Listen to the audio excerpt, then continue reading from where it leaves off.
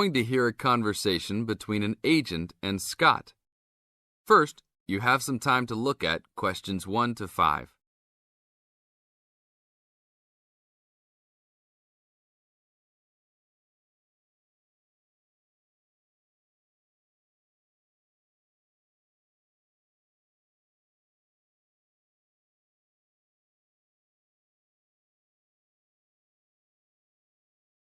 Now listen to the tape and answer the questions.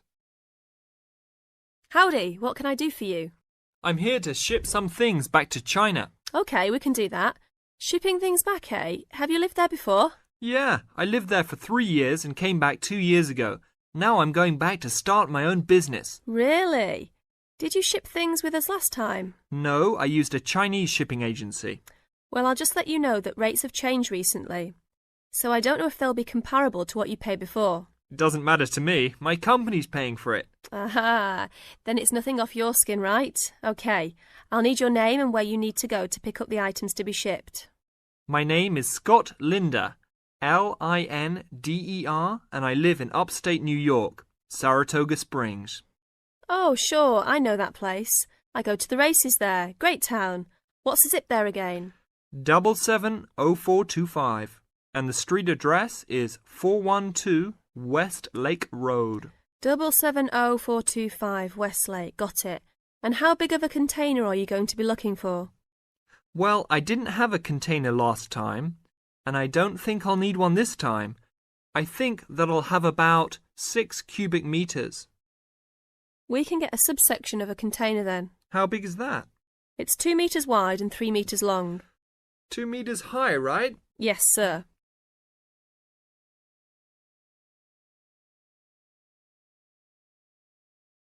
Now look at questions 6 to 10.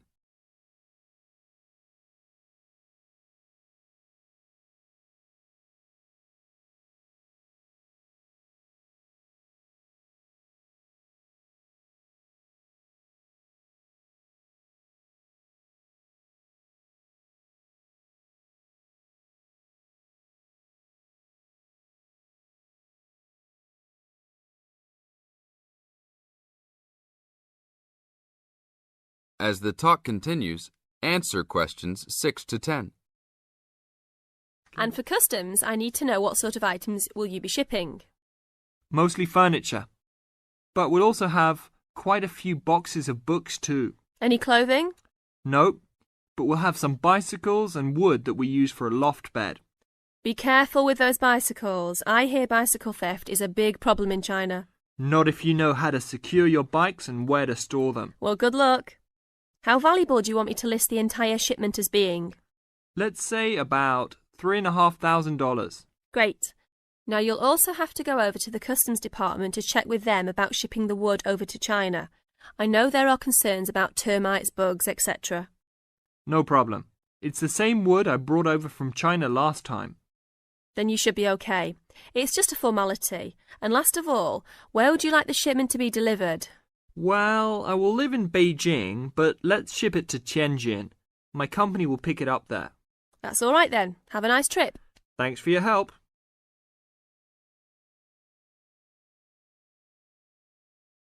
That is the end of part 1. You now have half a minute to check your answers.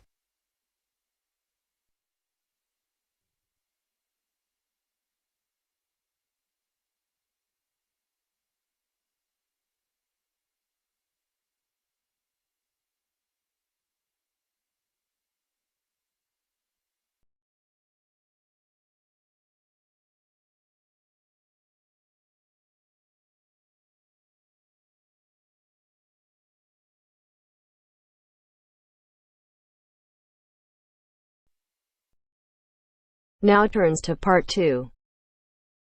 Part 2. You'll hear a man talking about living and working on Trinidad. First, you have some time to look at questions 11 to 15.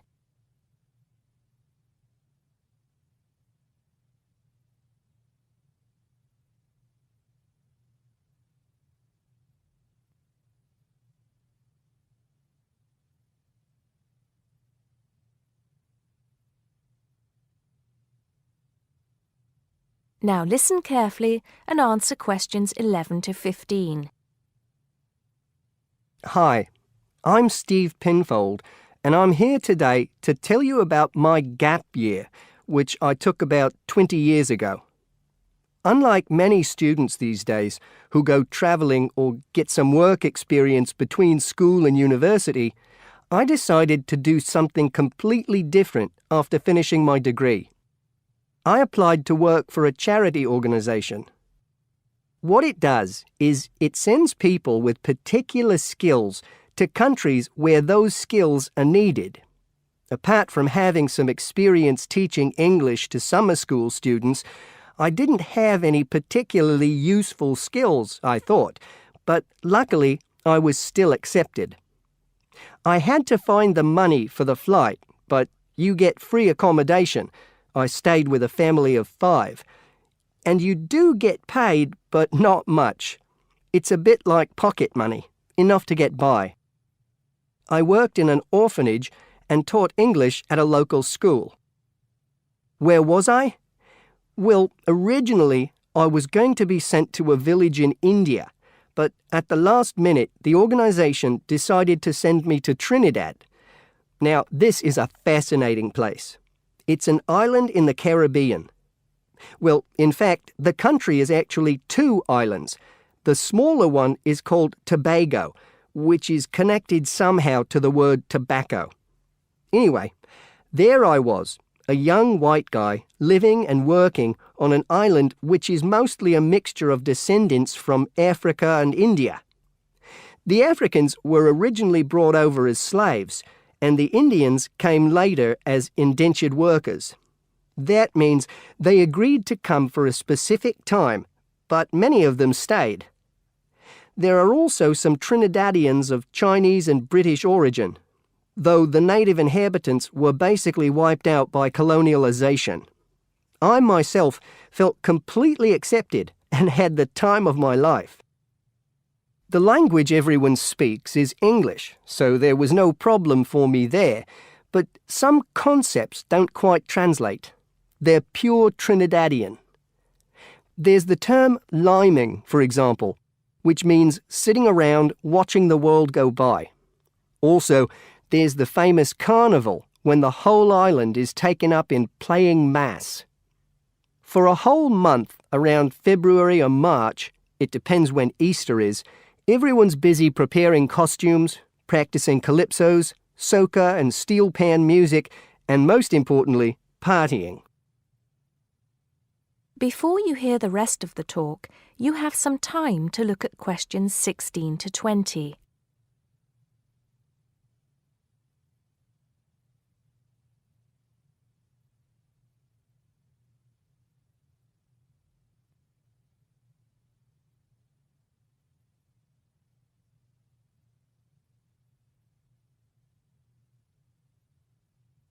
Now listen and answer questions 16 to 20. When the actual official carnival starts, it's days of 24-hour dancing in the streets. In Trinidad, it's called whining. You've probably seen this sort of thing on TV, in the more famous carnival in Rio, or even at the Notting Hill Carnival in London. Many people join bands, each one of which has a theme. For example, the Sea or Jungle Fever, and they have costumes designed and made to go with the theme. These can cost $1,000 for the king and queen of each band. They're incredible. The whole city is a non-stop party zone, full of colour and sound. It's serious too. The bands are in competition and the winner gets $1 million. Sorry, I got a bit carried away with those memories. Back to my real job there. The orphanage was called St. Augustine's, and that's also the name of the place where it was, St. Augustine, a town just outside the capital city, Port of Spain. I didn't have any particular job description, just to be with the children and tell stories, sing songs and play games. Oh, and we also went camping in the jungle once. I could tell you a few stories about that particular escapade. Every time I arrived at the gate, kids would come running towards me, shouting, with big smiles on their faces. The younger children seemed fascinated by my blonde hair and loved to touch it as if it was something miraculous.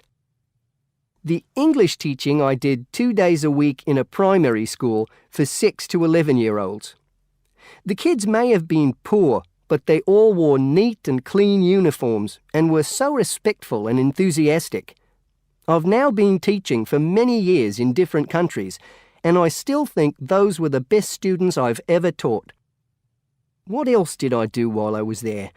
I swam a lot. Can you imagine what it's like swimming with dolphins and with pelicans diving into the sea right next to you? More seriously, I trained to be a Samaritan. That's someone who listens and supports people who have problems with their lives. Overall, what I took from the experience was a sense of being in another culture, or rather cultures. As humans, we all share many characteristics, but we express ourselves in various ways.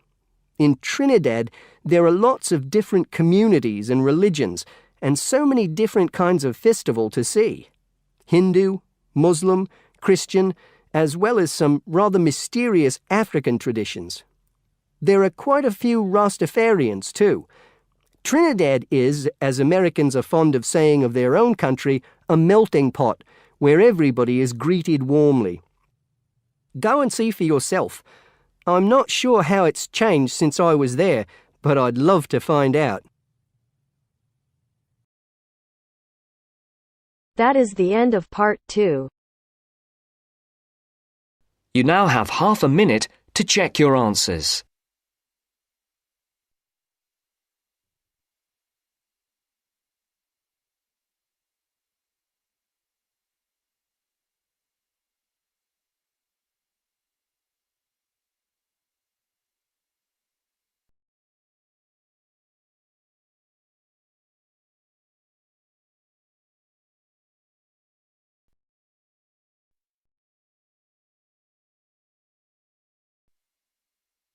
Now turns to part 3.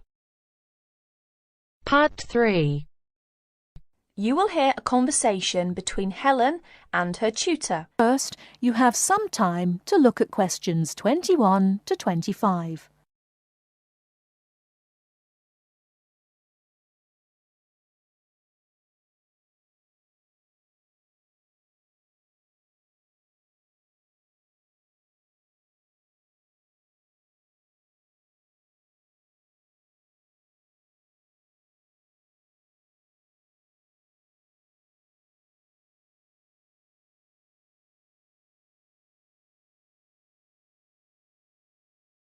Now listen carefully and answer questions 21 to 25. Come in. It's you, Helen. What can I do for you? Well, it's about that essay on non-verbal communication. I'd like a bit of advice, if that's all right. By all means. That's what I'm here for. How can I help you? It's about that survey you asked us to carry out about body language. Oh, yes. I asked you to investigate what sort of touching is permissible between friends of the same sex and friends of the opposite sex. That's it. And then you wanted us to go on to compare the answers we obtained from people from our own culture with the answers of people from other cultures. Well, that shouldn't be too difficult. There are students here from dozens of cultures, including Asia and the Middle East. Go and ask them. That's the problem. I'm not sure how to word the questions. Before you hear the rest of the talk, you have some time to look at questions 26 to 30.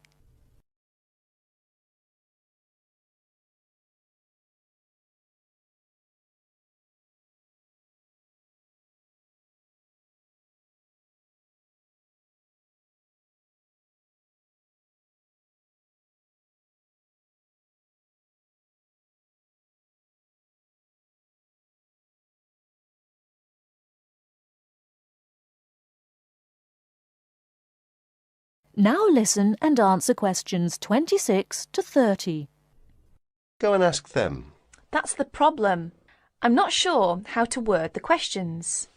I think I've got far too many. People don't want to be bothered answering them all. Is that the list of questions you have with you? Let's have a look. I see. Your basic idea is fine. You've got a checklist of the parts of the body we mostly use to touch people with, and a checklist of the parts of other people's bodies that we usually touch. But you don't have to go right through the list asking a separate question about each item. You can make your questionnaire much shorter if you ask open questions. Open questions? What are they? Sometimes we call them WH questions. What, when, where. Those are examples. Oh, I see. Yes, we learned about them in grammar. I hadn't realised how useful they'd turn out to be. I could just ask one open question about each subject and tick the answers I receive. That's right. Now, let's have a look at the list of parts of the body you're going to ask about. I see. You've got the head, arm and hand, and, it's over the page, the back, leg and foot. What about the shoulder and the thigh? They're important areas, and there are some others you should include too. Oh, yes, of course. I was in a rush and forgot those. What about asking people how they feel about being touched? Surely it's hard for people to put that sort of feeling into words. Yes, you're right. That's why it's essential to work out a rating scale for each response. Can you tell me a bit about how to use rating scales? Well, there's no way to measure how strongly a person feels about something, of course. All we can go on is what they report about their feelings. So what we do is offering them choices of ways to express how they feel. Very strongly, strongly, or not at all. That would be an example of a rating scale. In this case, as your survey is only a small trial sample, I suggest you use that 3-point rating scale I've just described. Very strongly, strongly, or not at all. That'll be enough to enable you to draw some broad conclusions. You may go on to refine your survey later if you decide to specialise in the study of non-verbal aspects of behaviour. Thank you. I'm much clearer now. Could I ask you one last question? I'm afraid I've got a brain like a sieve, but I just can't remember the technical term you told us for the study of touch. It sounded like happy, but of course it isn't. Oh, you mean haptics. Haptics. Of course, haptics. That's it. Happy to be of service. That is the end of part 3. You now have half a minute to check your answers.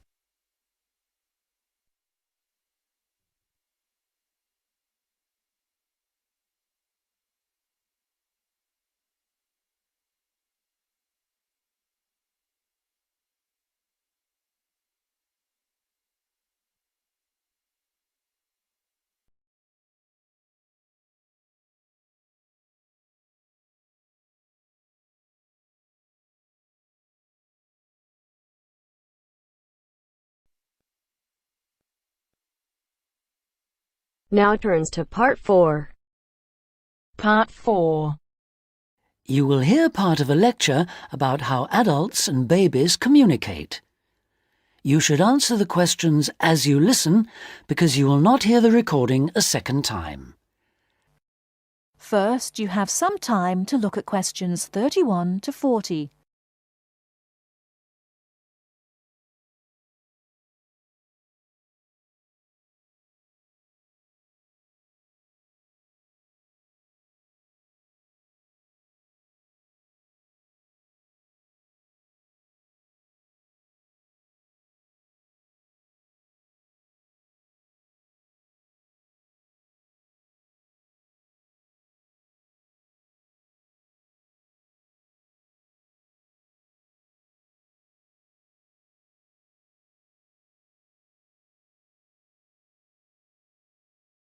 Now listen carefully and answer questions 31 to 40.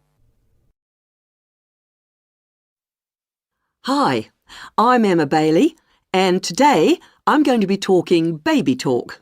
Hopefully, you'll find the subject interesting rather than infantile. I'd like to start by getting you to imagine a scenario. You're in an office or at a family gathering when a mother comes in with her young baby. Like everyone else, You want to see the mother and baby, and you probably want to talk to the baby. How do you do this? What kind of language do you use? Recent research has shown that adults all talk to babies in similar ways. They repeat phrases over and over again in a high-pitched sing-song voice with long vowel sounds. And if they ask questions, they exaggerate their intonation. Researchers have discovered that this kind of language, which they have called motherese, is used by adults all over the world when they talk to babies. And according to a new theory, motherese forms a kind of framework for the development of language in children. This baby talk, so the theory goes, itself originated as a response to another aspect of human evolution, walking upright. In contrast to other primates, humans give birth to babies that are relatively undeveloped. So, whereas a baby chimpanzee can hold on to its four-legged mother and ride along on her back shortly after birth, helpless human babies have to be held and carried everywhere by their upright mothers. Having to hold on to an infant constantly would have made it more difficult for the mother to gather food. In this situation, researchers suggest, human mothers began putting their babies down beside them while gathering food.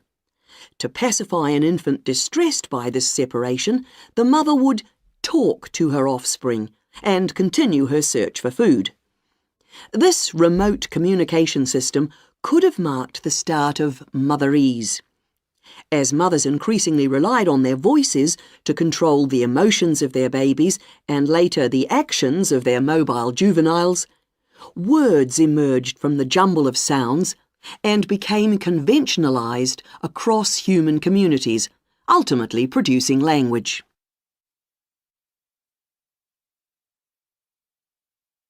Not all anthropologists, however, accept the assumption that early human mothers put their children down when they were looking for food. They point out that even modern parents do not do this. Instead, they prefer to hold their babies in their arms or carry them around in slings. They suggest that early mothers probably made slings of some kind, both for ease of transportation and to keep their babies warm by holding them close to their bodies. If this was the case, they would not have needed to develop a way of comforting or controlling their babies from a distance. It's not only anthropologists, but also linguists who challenge this explanation for how language developed. They say that although the motherese theory may account for the development of speech, it does not explain the development of grammar. Nor, they say, does it explain how the sounds that mothers made acquired their meaning. Most experts believe that language is a relatively modern invention that appeared in the last 100,000 years or so. But if the latest theory is right, baby talk, and perhaps fully evolved language, was spoken much earlier than that. We know that humans were walking upright 1.5 million years ago. This means that mothers may have been putting their babies down at this time and communicating with them in motherese. We can be sure that this is not the end of the story, as anthropologists and linguists will continue to investigate the origins of this most human of abilities, language. That is the end of part 4. You now have half a minute to check your answers.